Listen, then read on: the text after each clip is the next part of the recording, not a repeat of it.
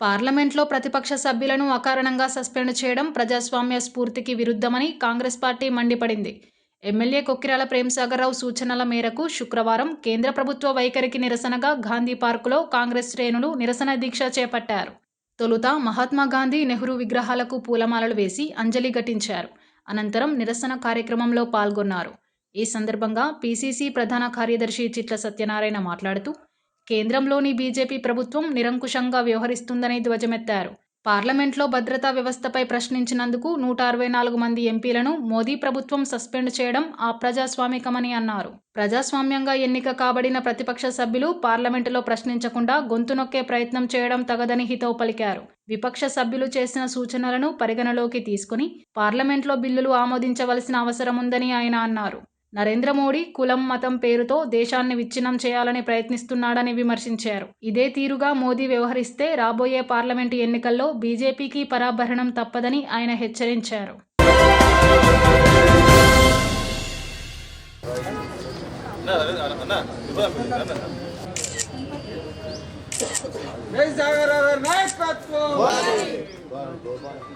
కాపాడదాం ప్రజాస్వామ్యాన్ని. ఈరోజు మన అందరి ప్రియతమ నాయకులు మంచిర్యాల నియోజకవర్గ శాసనసభ్యులు పెద్దలు ప్రేమ్సాగర్రావు గారు మరియు డీసీసీ అధ్యక్షురాలు శ్రీమతి సురేఖ మేడం గారి ఆదేశాల మేరకు ఈరోజు సస్పెండ్ చేసిన ఎంపీలను వెంటనే సస్పెన్షన్ ఎత్తివేయాలని చెప్పి మరి ఈరోజు గాంధీ పార్కు, మంచిర్యాల పట్టణంలోని గాంధీ పార్కులో శాంతియుతంగా నిరసన తెలియడం జరిగింది. ఈరోజు మోడీ గారు చేస్తున్న పరిపాలన గురించి ఒక మాటలు చెప్పాలంటే, ప్రజాస్వామ్యాన్ని కూని చేస్తూ కేవలము పెట్టుబడిదారు వ్యవస్థకే కొమ్ముగాస్తూ కులాల పేరట, మతాల పేరట ఈ దేశాన్ని విభజించి పరిపాలిస్తున్న తప్ప ప్రజాస్వామ్య పద్ధతిలో పరిపాలన చేస్తలేడు అని చెప్పి నిదర్శనగా మొన్న జరిగిన పార్లమెంటు సమావేశాలలో విపక్ష సభ్యులని, ప్రతిపక్షాలని గౌరవించినప్పుడే అది ప్రభుత్వానికి మంచి జరుగుతుంది. అలాగే ప్రజలకు కూడా న్యాయం జరుగుతుంది. ఏదన్నా పద్ధతులు మన చర్చకు వచ్చినప్పుడు, ప్రజా సమస్యల మీద అక్కడ చర్చలు జరిగినప్పుడు ప్రతిపక్షాల సూచనలు కూడా పరిగణలకు తీసుకొని ఆ పద్ధతులు ఆమోదింపజేయాలి. బిల్లులు ఆమోదింపజేసి ప్రజలకు న్యాయం చేసే పద్ధతిలో పార్లమెంట్లో చర్చలు జరుగుతాయి. అలాంటి అత్యున్నతమైన పార్లమెంటు మీద అల్లరి మూకలు దాడి చేసిన సందర్భంలో ఇది అసమర్థ పాలన అని చెప్పి ఎలుగెత్తి చాటిన ప్రతిపక్ష సభ్యుల్ని, విపక్ష సభ్యులందరినీ కూడా సస్పెండ్ చేసి దాదాపు 146 మంది ఎంపీలను సస్పెండ్ చేసి ఏకఛత్రాధిపత్యంగా వాళ్ళకు అనుకున్న విధంగా బిల్లులు ఆమోదింపజేయడం ఇది సిగ్గుచేటు, ప్రజాస్వామ్య స్ఫూర్తికి విరుద్ధం అని చెప్పి సందర్భంగా తెలియడం జరుగుతుంది. మోడీ ఖబర్దార్, ఇప్పటికైనా నీ పద్ధతి మార్చుకోకపోతే భవిష్యత్తులో రేపు మార్చిలో జరిగే పార్లమెంట్ ఎన్నికలలో నిన్ను ఇంటికి పంపుతారు, నీ ప్రభుత్వానికి బుద్ధి చెప్తారు ఈ దేశంలోని పౌరులందరూ అని చెప్పి సందర్భంగా తెలియడం జరుగుతుంది. భవిష్యత్తులో ఎప్పుడు కూడా ఇలాంటి పునరావృతం కావద్దని చెప్పి డిమాండ్ చేస్తూ ఈ సందర్భంగా సస్పెండ్ చేసిన పార్లమెంటు సభ్యులందరినీ బేషరతుగా ఎత్తివేసి క్షమాపణలు చెప్పాల్సిన బాధ్యత మీ పైన ఉందని చెప్పి సందర్భం తెలియజేస్తూ సెలవు తీసుకుంటున్నాను. జై హింద్, జై కాంగ్రెస్. గౌరవ పెద్దలు, మంచిర్యాల నియోజకవర్గ శాసనసభ్యులు పెద్దలు శ్రీ కొక్కిరాల ప్రేమ్సాగర్రావు గారు, అదేవిధంగా జిల్లా కాంగ్రెస్ పార్టీ అధ్యక్షురాలు పెద్దలు సురేఖమ్మ గార్ల ఆదేశాల మేరకు ఏదైతే మా కాంగ్రెస్ పార్టీ దేశాధ్యక్షులు ఖర్గే గారి ఆదేశాల మేరకు ఇండియా కూటమి ఆధ్వర్యంలో, దేశవ్యాప్తంగా ఇండియా కూటమి ఆధ్వర్యంలో, ప్రతిపక్షాల ఆధ్వర్యంలో ఈరోజు నిరసన కార్యక్రమాలు పెద్ద ఎత్తున చేపట్టడం జరుగుతుంది. అందులో భాగంగా మంచిర్యాల నియోజకవర్గం నుండి ఈరోజు మంచిర్యాల పట్టణంలోని గాంధీ పార్కులో గాంధీ విగ్రహం ముందు ఈ యొక్క నిరసన కార్యక్రమాన్ని పెద్ద ఎత్తున కాంగ్రెస్ పార్టీ కౌన్సిలర్లు కావచ్చు, శ్రేణులు కావచ్చు, కార్యకర్తలు, ముఖ్య నాయకులు, మహిళా నాయకులు అందరూ కూడా పాల్గొని పెద్ద ఎత్తున ఈ కార్యక్రమాలు చేపట్టడం జరుగుతూ ఉంది. ఎందుకంటే దాదాపుగా 446 మంది ఉన్నటువంటి ఈ ఎంపీలలో మరి 146 మంది ఎంపీలను మరి ఏకపక్షంగా మరి నిర్ణయం తీసుకొని సస్పెండ్ చేయడం చాలా సిగ్గుచేటైన విషయం. ఎందుకంటే బిల్లులను పాస్ చేసేటప్పుడు మరి బిల్లులపై చర్చించాల్సిన అవసరం ఎంతైనా ఉంది. ప్రతిపక్షాలు మరి చర్చలను తీసుకోకుండా, వాళ్ళ అభిప్రాయాలను తెలుసుకోకుండా మరి వాళ్ళను ఏకపక్షంగా మరి ఏదైతే బీజేపీ ప్రభుత్వం వాళ్ళను సస్పెండ్ చేసి మరి ఈరోజు బిల్లును పాస్ చేసుకున్నటువంటి ఘనత కూడా ఈరోజు బీజేపీ ప్రభుత్వానికి ఉన్నది. ఏదైతే కాంగ్రెస్ పార్టీ అధికారంలో ఉన్నప్పుడు ఖచ్చితంగా ప్రతిపక్షాల మరి మాటలు విని ఏదైతే వాళ్ళు చెప్పిన సూచనలు కూడా తీసుకొని ఈరోజు మరి బిల్లును పాస్ చేసిన సందర్భాలు ఉన్నాయి. కానీ ఈరోజు మోడీ కావచ్చు, బీజేపీ మరి పాలనలో ఈరోజు నియంత్రిత పాలన నడుస్తుంది. ఒక్కటే ఈ సందర్భం కూడా డిమాండ్ చేస్తున్నాం, ఇప్పుడు ఎవరైతే 146 మందిని సస్పెండ్ చేసిన ఎంపీలందరినీ బేషరతుగా ఇప్పటికిప్పుడు మళ్ళీ మరి పార్లమెంట్లోకి అడుగుపెట్టే విధంగా చర్యలు తీసుకోవాలి. లేకపోతే దేశవ్యాప్తంగా మరి ఖచ్చితంగా ఇంకా పెద్ద మొత్తంలో నిరసన కార్యక్రమాలు, ధర్నా కార్యక్రమాలు చేపడతామని చెప్పేసి ఈ సందర్భంగా చెప్పడం జరుగుతూ ఉంది. శ్రీరాంపూర్ డివిజన్లోని టీబీజీకేఎస్ ఏరియా ఉపాధ్యక్షుడు సురేందర్ రెడ్డి ఈ మధ్యకాలంలో తన యూనియన్కు రాజీనామా చేసి ఐఎన్టీయూసీలో చేరారు. శుక్రవారం శ్రీరాంపూర్ ప్రెస్ క్లబ్లో ఏర్పాటు చేసిన ప్రెస్ మీట్కు వచ్చిన సురేందర్ రెడ్డిని వేదికపై నుండి దిగిపోవాలని నినాదాలు చేశారు. మొదటి నుండి యూనియన్ కోసం కష్టపడి పనిచేసింది మేము. మొన్నటి వరకు గుర్తింపు సంఘంలో ఉండి మాపై దాడులు చేయించి ఇప్పుడు అధికారం పోగానే మా యూనియన్లోకి రావడం సిగ్గుచేటని విమర్శించారు.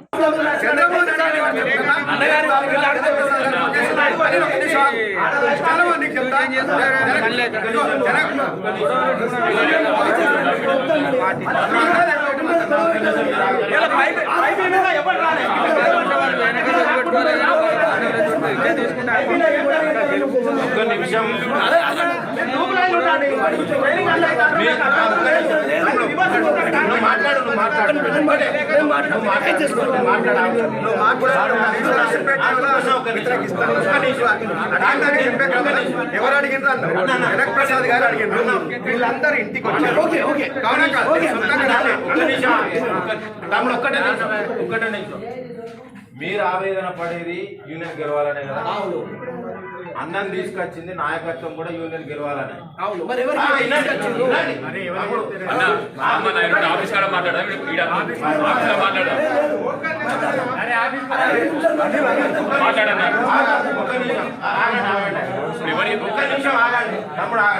భిన్నాభిప్రాయాలు ఉన్నాయి కానీ లక్ష్యం గెలిపే కదా.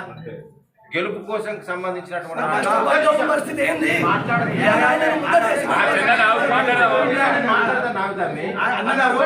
అత్యాభ్యంతరం లేదు అని అడ్డవలేసుకొని ముందు బెంచ్లో ఉండేసరికి మైనస్ అవుతుంది. ఆర్కే పైపులు ఏమైంది? వీళ్ళే మళ్ళీ వీళ్ళు వేస్తారు. మీరు రాంపమ్మంటే మనం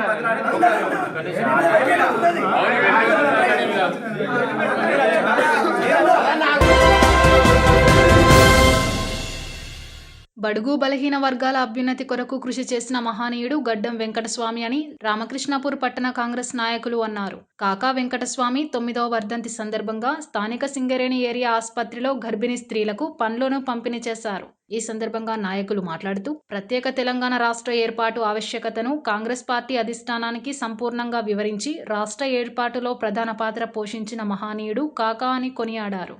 నేడు పేదలు సంతోషంగా జీవిస్తున్నారంటే కాకా వెంకటస్వామి కారణమని పేర్కొన్నారు. అంతకుముందు వెంకటస్వామి చిత్రపటానికి పూలమాల వేసి నివాళులర్పించారు. ఈ కార్యక్రమంలో పట్టణ అధ్యక్షుడు పల్లెరాజు, టీపీసీసీ కార్యదర్శి పిన్నింటి రఘునాథ్ రెడ్డి, మండల బ్లాక్ కాంగ్రెస్ అధ్యక్షులు గోపతి రాజయ్య, సంగ బుచ్చయ్య, ఎండి యాకూబ్ అలీ, మహంకాళి శ్రీనివాస్, ఒడ్నాల శ్రీనివాస్, కలిగిరి కనకరాజు, రాజయ్య, కళ్యాణ్, భానేష్, సురేష్, కృష్ణ, మహిళా నాయకురాలు కల్పన పాల్గొన్నారు.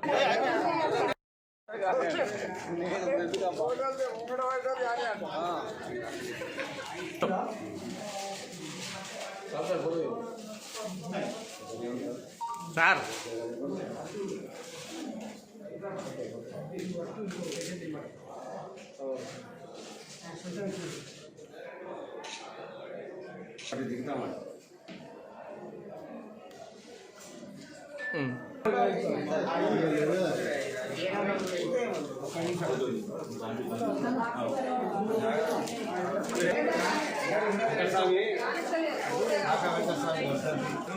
రామకృష్ణాపూర్ పట్టణంలోని కాంగ్రెస్ పార్టీ కార్యాలయంలో కాకా వెంకటస్వామి గారి 9వ వర్ధంతిని జరుపుకోవడం జరుగుతున్నది. దీని తర్వాత సింగరేణి ఏరియా హాస్పిటల్లో రోగులకు పండ్ల పంపిణీ కార్యక్రమం కూడా నిర్వహించడం జరుగుతుంది. ముఖ్యంగా కాకా వెంకటస్వామి గారు కార్మికులకు, కర్షకులకు ఎన్నలేని సేవ చేశారు. మన ఇంతకుముందు చెప్పినట్టుగా మన కంపెనీ BIRFలో వెళ్ళినప్పుడు నష్టాల్లో చిక్కుపోయినప్పుడు మనం 600 కోట్లు బాకీ ఉండే ఆ బాకీని కూడా ఈయన కేంద్ర ప్రభుత్వంతో మాట్లాడి అతడు మారిటోరియం ఇప్పించడం జరగడం వల్ల ఈరోజు సింగరేణి సంస్థ లాభాలలో నష్టం ఉన్నది. ముఖ్యంగా కాకా గారు ఆ గతంలోనే పేదల కోసం ఇల్లు లేని పేద వర్గాల కోసం కొన్ని వేల గుడిసెలు వేయించి గుడిసెల వెంకటస్వామి గారిగా పేరు కూడా తెచ్చుకోవడం జరిగింది. స్థానిక Ramakrishnapur super Bazar INTUC Congress party కార్యాలయంలో కాకా వెంకటస్వామి గారి 9వ వర్ధంతి జరుపుకోవడం జరిగింది. అనంతరం ఏరియా హాస్పిటల్లో పేషెంట్లకు మరియు వాళ్ళకు పనులు కూడా పంపిణీ చేయడం జరుగుతుంది. కాకా ఆ రోజు సింగరేణి బీజేపీలకు పోతే దాన్ని రక్షించింది కాకే. అది కాకుండా ఇవాళ బెల్లంపల్లి వాళ్ళు మంచినీళ్ళు తాగుతారంటే ఆయన చేసిన కృషే. ఇదే కాకుండా సింగరేణిని చాలా వరకు ముందుకు తీసుకెళ్ళిండు. పెన్షన్ కూడా కాకే సృష్టించిండు. దీన్ని ఈ కుటుంబానికి మనం ఎంతో రుణపడి ఉన్నాం. జై కాంగ్రెస్, జై జై కాంగ్రెస్. మాజీ కేంద్ర మంత్రి స్వర్గీయ కాకా వెంకటస్వామి 9వ వర్ధంతి సందర్భంగా మంచిర్యాల జిల్లా బెల్లంపల్లి పట్టణం కాంగ్రెస్ పార్టీ కార్యాలయంలో కాకా చిత్రపటానికి పూలమాల వేసి నివాళులర్పించారు. అనంతరం బెల్లంపల్లి ఏఎంసీ చౌరస్తాలో గల కాకా విగ్రహానికి పూలమాలలు వేసి నివాళులర్పించిన కాంగ్రెస్ పార్టీ నాయకులు, కార్యకర్తలు, కాకా అభిమానులు తదితరులు పాల్గొన్నారు.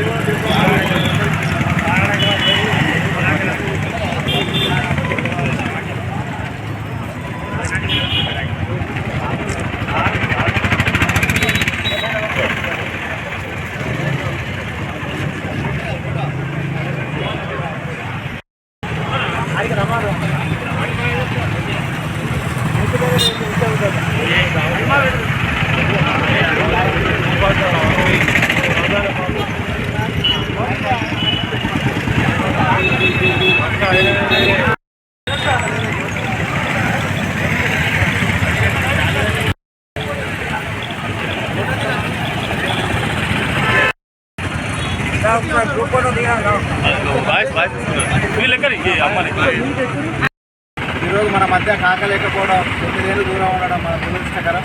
ఎందుకంటే కాక విషయాల వెంకటస్వామి కాకాని ఎందుకు ఇస్తారంటే ప్రజల కోసం అహర్నిశలు పాటుపడ్డ వ్యక్తి. ఎక్కడ పేదలకు అవసరం ఉంటే అక్కడ వెంకటస్వామి కాక ఉండేది. అదే కాదు ఆయన కేంద్ర మంత్రిగా ఉన్నప్పుడు ఈరోజు సింగరేణి కార్మికులకు పింఛన్ విధానాన్ని పీఎఫ్ విధానాన్ని తీసుకొచ్చింది ఆయనే. ఆయన కార్మిక మినిస్టర్ ఉండి మన కార్మికులకు బెల్లంపల్లి కోల్బెల్ట్ ఏరియాకు అనేకమైన ఫండ్స్ విషయాలు గవర్నమెంట్తో మాట్లాడి అనేకమైన సదుపాయాలు కల్పించాడు. అంతేకాదు వెంకటస్వామి కాక ఖర్చు ద్వారా కూడా ఈరోజు బెల్లంపల్లి అనేకమైన కార్యక్రమాలు నడుస్తున్నాయి ఈ కాన్స్టిట్యూన్సీ నడుస్తున్న జిల్లాలోనే. అంతే వెంకటస్వామి కాకతో అనేక మంది కార్యకర్తలు ఈరోజు బెల్లంపల్లి కానీ, చెన్నూరు కానీ, పెద్దపల్లి పార్లమెంట్లో అనేక మంది కార్యకర్తలు తయారైందంటే కాంగ్రెస్ పార్టీలో ఆయన గట్టిగా చెప్పుకోవచ్చు. అంతేకాదు ఈరోజు ఆయన లేకపోవడం వల్ల చాలా మంది కార్యకర్తలకు బ్యాంక్ ఇన్వెస్ట్ పోయినట్టయింది. ఆయన వారసుడుగా ఈరోజు వినోద్ గారు మన బెల్లంపల్లి నుంచి గెలవడం మనం సంతోషిస్తున్నాం. దానికి మేమందరం వినోద్ వెంకటస్వామి గారికి మరొకసారి సంతాపన తెలియజేస్తున్నాం.